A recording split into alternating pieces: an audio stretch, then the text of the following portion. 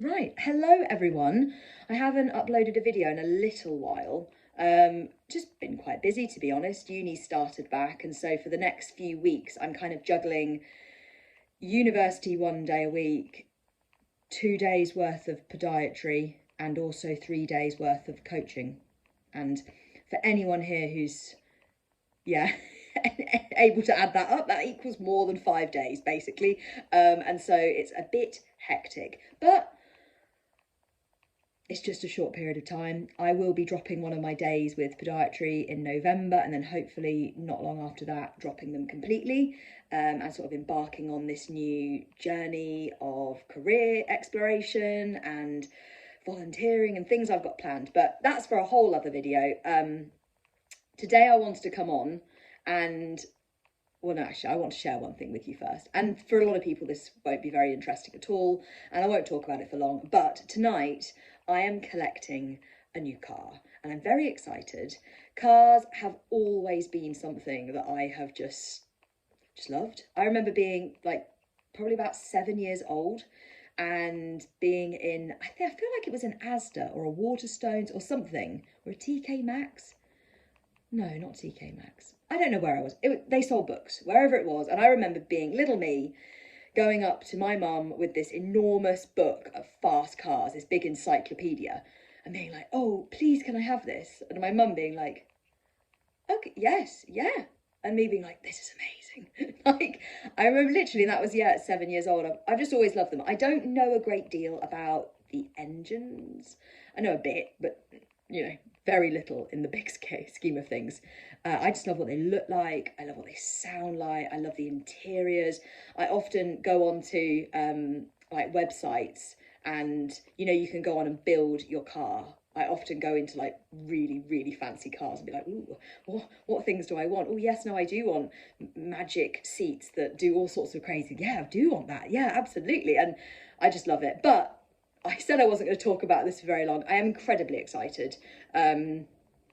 Yeah, I'm going to collect it this evening, and I'll tell you what it is. It is, for anyone who is interested, it is a Golf R. It is fun, immeasurably fun.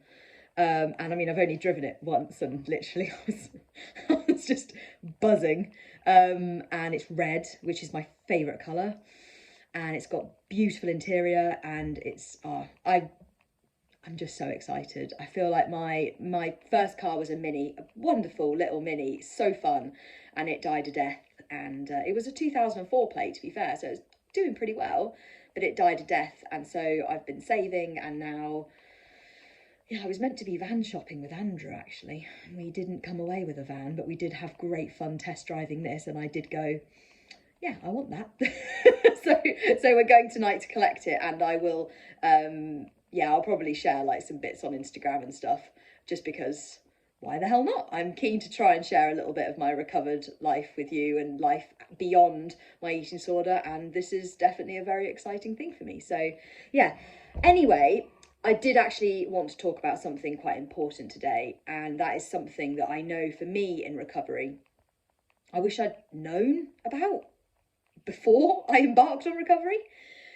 And this is that when you begin recovery, and you're going into that phase of unrestricted eating, you are honouring your hunger, you are stepping into doing what you need to do to be able to heal, restore, repair, and recover. I found that actually, where in my eating disorder, I had been, yes, I thought of food. I absolutely did. Food was at the forefront of my mind a lot of the time. I was also semi-function. I don't know. Like I did stuff, and I feel like my brain, yeah, there was food in my brain a lot of the time, but I also could think about other things. And even though, I was definitely very negatively affected by brain fog and not feeling as sharp and on it and distracted by food, all those kind of things.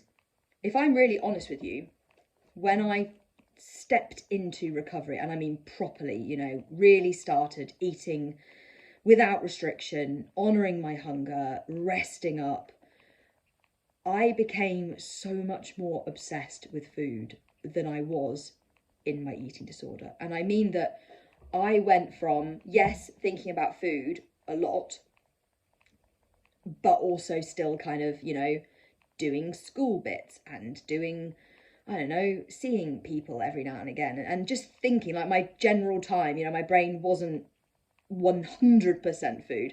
Yet when I actually first went into recovery, and for a good chunk of time, it's like every single fibre of my being just went, food.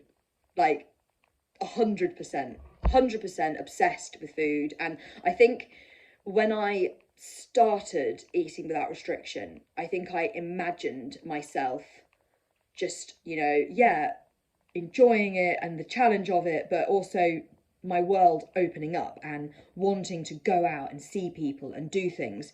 And I know I've spoken a little bit about that in a video before, where I've said how it's completely normal when you are in the early phases and, you know, sometimes a significant portion of the refeeding phase of recovery, to really not want to go and do a great deal. And if you do want to go out, it's going to be centered around food and eating. That's fairly normal.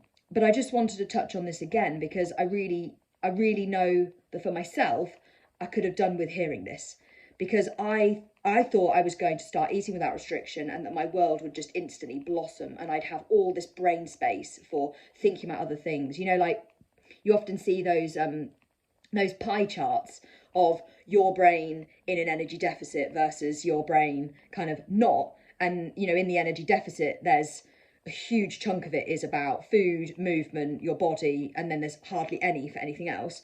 And then the sort of out of energy deficit version is with sort of chunks for all sorts of different things in your life.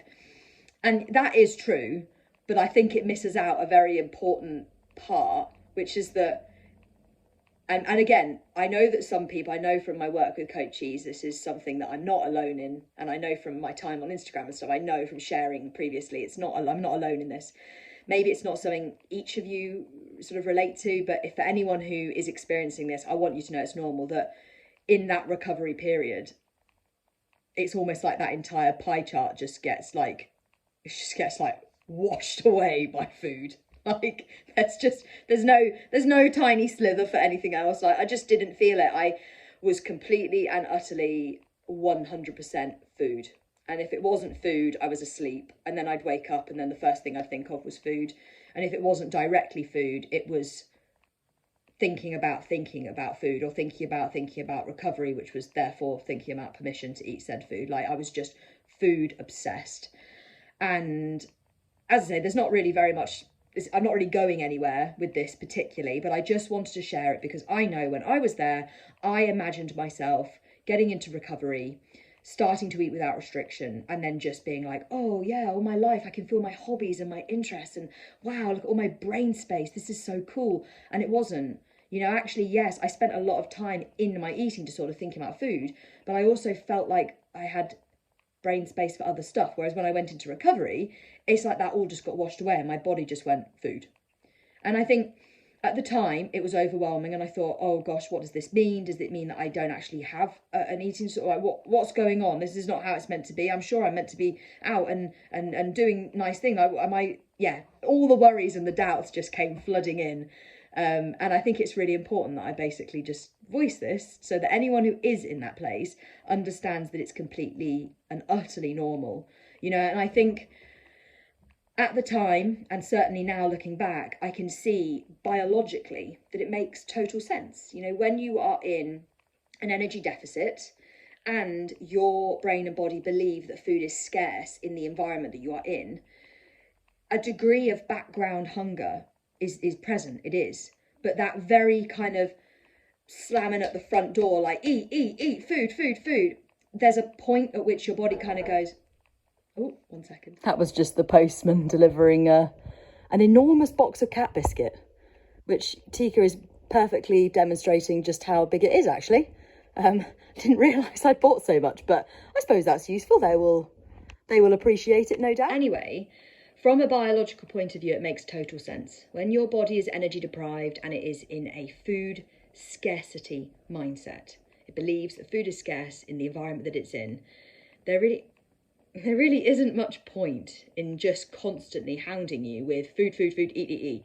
There's a background awareness, but actually the vast majority of your day is spent thinking, right, we'll just get through the day. We'll just get through the day. We'll just bob. It's that conveyor belt existence, which is so typical of an energy deprived state. And actually what happens when you begin to eat without restriction, when you begin to show your body through your actions that food is no longer scarce, is that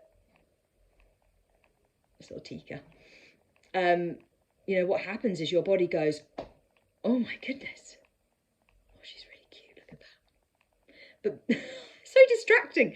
Your body goes, oh my word, food is available. It's here. And so your body goes from doing that conveyor belt existence where it's kind of like background, like, oh yeah, no, we are hungry, but just keep doing, keep eating scarcely and keep doing and keep busy and da, da, da, da, to going, oh, wait a second, food is here. It's here and there's lots of it. Right, put everything else down. We're in an energy deficit. We've got lots of healing to do. We have got lots of recovery to do. Eat. And so I think this is why when you do, not everyone, but lots of people, look at her, she's just sat there. She is centre stage right now, isn't she? Look at that. I'm sure she knows I'm talking about her. She's such a little queen. Hey? Centre stage. It's very distracting. I'm not going to lie. I'm not trying to look at the camera rather than the screen, but I keep just seeing Tika just sat there right next to the camera. And anyway, yeah, it makes complete sense from a biological point of view of why your body, why my body, why an energy deprived body would have that response when it goes from a food scarce environment into an environment where food is abundant. And it very much goes against, I think, that image we might have in our minds of what going into recovery and honouring all of our hunger might look like. But I think this is where we have to have compassion for our healing. We really do. We have to have compassion for the healing that our body needs to do and all the very many different phases of the recovery process and what they look like. You know, I think often it takes time. With time of unrestricted eating, I started to have that awareness of that brain pie chart that was more than just food. You know, I started to have a connection with hobbies again and want to go out and see people more than just going out for, you know, to go to the cinema for the food. I actually wanted to see the movie, and all of that happens, but it takes time. And I think this is again where it is the most normal and natural thing in the world for an energy deprived body to be really hungry and to put food as its number one thing above everything. So yeah, anyway, I hope that has been helpful. This is longer than I thought it was going to be, and I then got very distracted by a certain someone who has now got comfortable. But yeah, let me know in the comments below if there are any questions that you would like me to answer, if there's any topics you'd like me to cover. And yeah, I'm very much looking forward to having a little bit more time to be able to put into these videos. I've got some really great ideas. I just don't have the time at the minute to actually do them. So I'm waiting for when I get a couple of days back, and then I can put together some videos that I hope will be kind of really helpful in a very practical way. So yeah, anyway, lovely to speak to you. Bye.